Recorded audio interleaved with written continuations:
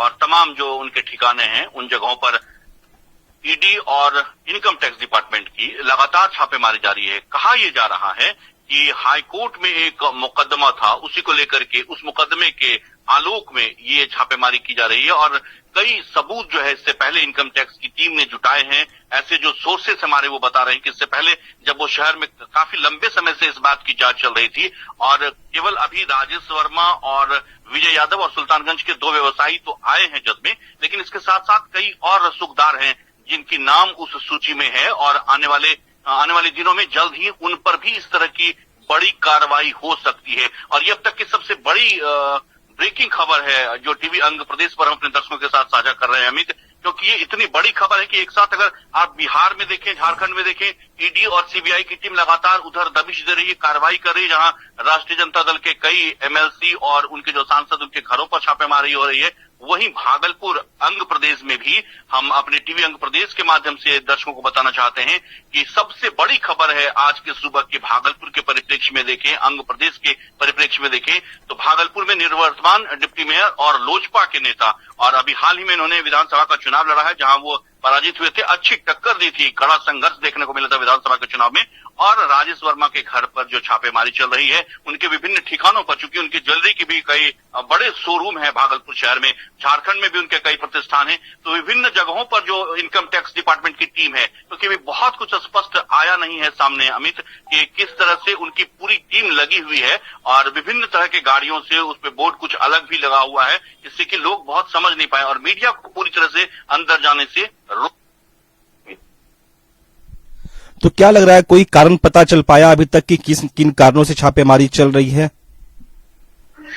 आय से अधिक संपत्ति और गुंडा बैंक चलाने की बात सामने आई है। हाईकोर्ट में एक मुकदमा दायर किया गया है, उसके आलोक में पहले जांच कमेटी एक उन्होंने गुप्त जांच करके मंगाई थी रिपोर्ट हाईकोर्ट ने, उसमें क्लीन चिट दे दी गई थी राजेश वर्मा को और विजय यादव को भी। उसको लेकर के भी हाईकोर्ट काफी नाराज थी और उन्होंने कड़ी कार्रवाई करने के लिए संबंधित थानेदार पर कही थी उनके विभाग के अधिकारियों से और जिस पर कार्रवाई भी हुई है। तो वो मुकदमा है कि आपने आय से अधिक संपत्ति जमा कर ली है उसके और फिर सूद पर जो पैसा लगाने का एक कारोबार है जो बहुत तेजी से फल फूल रहा है, उसको लेकर के और कई लोगों को ब्लैकमेल करने की भी बात सामने आ रही है। कई और तरह के तथ्य हैं जो धीरे धीरे जैसे जैसे ये जांच आगे बढ़ेगी, इसका दायरा बढ़ेगा तो सामने आएंगी, लेकिन इसकी जद में केवल राजेश वर्मा, विजय यादव या सुल्तानगंज के 2 व्यापारी जिनके यहाँ बड़े व्यापारियों के जो छापेमारी चल रही है, केवल ये 4 लोग अभी नहीं है, कई और लोग हैं उस सूची में जो धीरे धीरे अब लग रहा है कि उनकी जो कार्रवाई होगी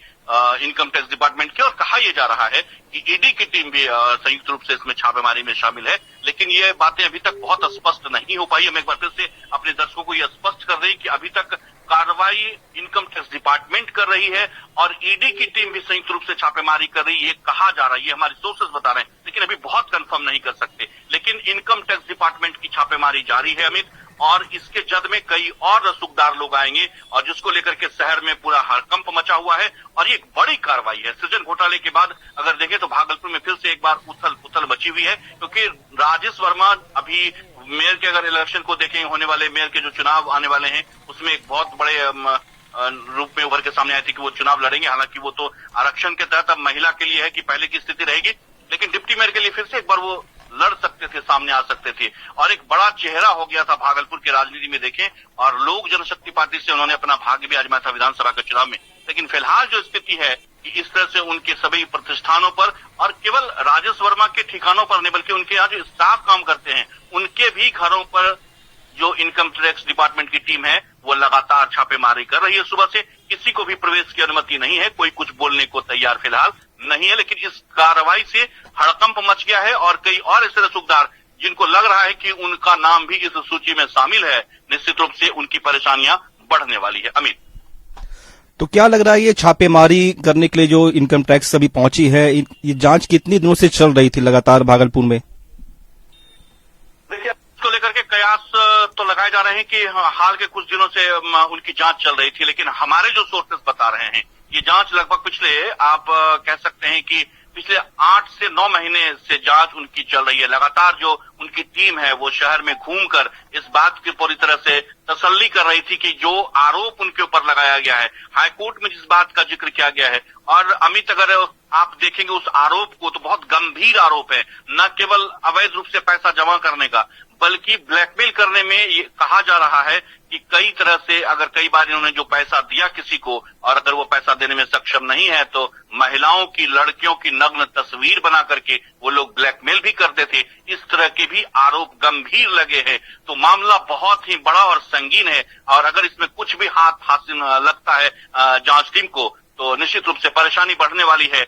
चाहे आप जो भी इस कार्रवाई के जद में आएंगे अमित, उन तमाम लोगों की मुश्किलें अब बढ़ने वाली है क्योंकि मामला बहुत ही गंभीर है और जो तथ्य अब तक मिले हैं कोर्ट को, उन्हीं तथ्य के आलोक में ये तमाम चीजें हो रही हैं और जांच करने के बाद आज इस तरह की बड़ी कार्रवाई को अंजाम दिया जा रहा है। अमित, तो ये हमारे साथ थे हमारे वरिष्ठ संवाददाता मिलिंद गुंजन, जिन्होंने विशेष जानकारी दी कि सुबह से जो भागलपुर के निवर्तमान डिप्टी मेयर राजेश वर्मा सहित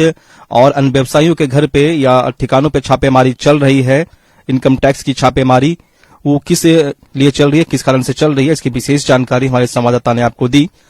लगातार हमारी नजर इस खबर पर बनी रहेगी। जो भी अपडेट हमारे पास आता है उसको लेकर हम फिर आपके सामने हाजिर होंगे। फिलहाल अभी तक के लिए इतना ही। नमस्कार।